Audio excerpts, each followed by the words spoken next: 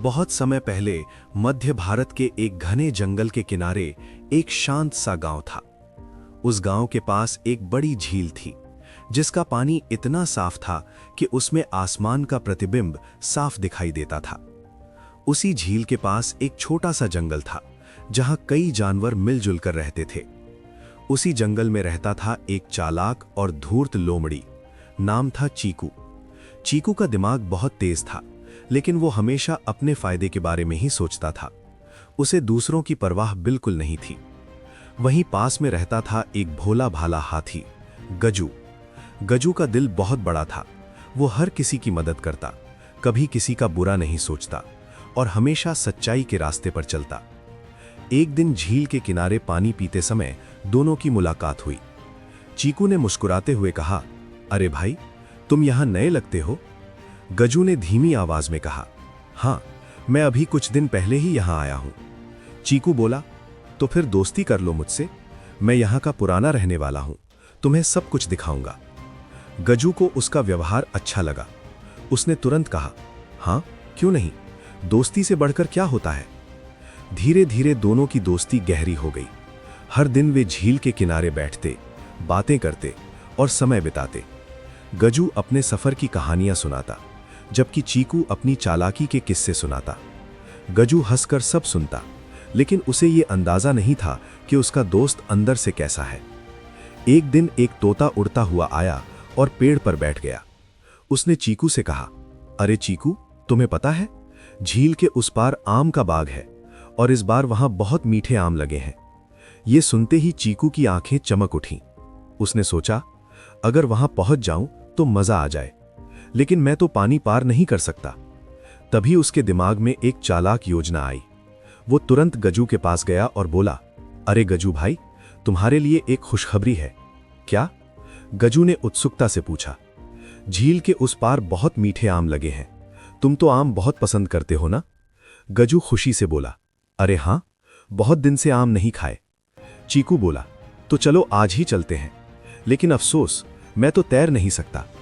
गजू ने तुरंत कहा, अरे कोई बात नहीं, तुम मेरी पीठ पर बैठ जाओ, मैं तुम्हें पार करा दूंगा।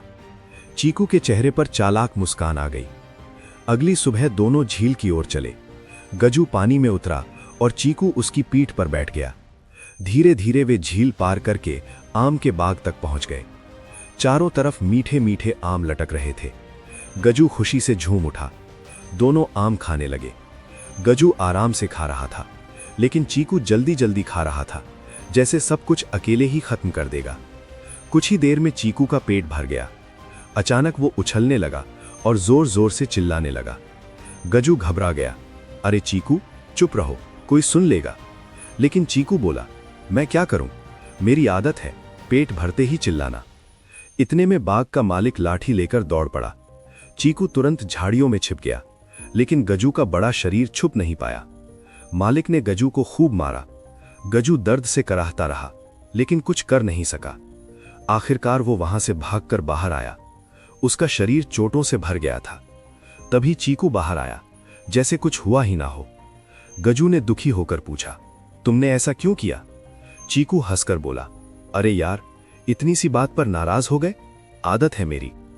ये सुनकर गजू का दिल टूट गया। अब उसे समझ आ गया कि चीकू सच्चा दोस्त नहीं है। वो चुपचाप झील की ओर चल पड़ा। चीकू फिर उसकी पीठ पर बैठ गया। जब वे झील के बीच पहुंचे, गजू अचानक रुक गया। चीकू डरते हुए बोला, क्या हुआ? गजू बोला, चीकू, मेरी भी एक आदत है। जब मैं खाना खा लेता हूं तो मुझे पानी में बैठने का मन करता है। चीकू घबरा गया। नहीं, ऐसा मत करो, मैं डूब जाऊंगा। गजू ने गंभीर आवाज में कहा, जैसे तुम्हें अपनी आदत याद आई, वैसे ही मुझे भी अपनी याद आ गई। इतना कहकर गजू पानी में बैठ गया। चीकू सीधे पानी में गिर पड़ा। वो चिल्लाने लगा, बचाओ, मुझे तैरना नहीं आता। अब उसे अपनी गलती समझ आने लगी। वो रोते हुए बोला, गजू, मुझे माफ कर दो, मैं बहुत गलत था। मैंने तुम्हारा फायदा उठाया। अब कभी ऐसा नहीं करूंगा। गजू कुछ देर चुप रहा, फिर उसने उसे अपनी सूंड से उठाकर बचा लिया। दोनों धीरे धीरे किनारे पहुंचे। चीकू शर्म से सिर झुकाकर खड़ा था।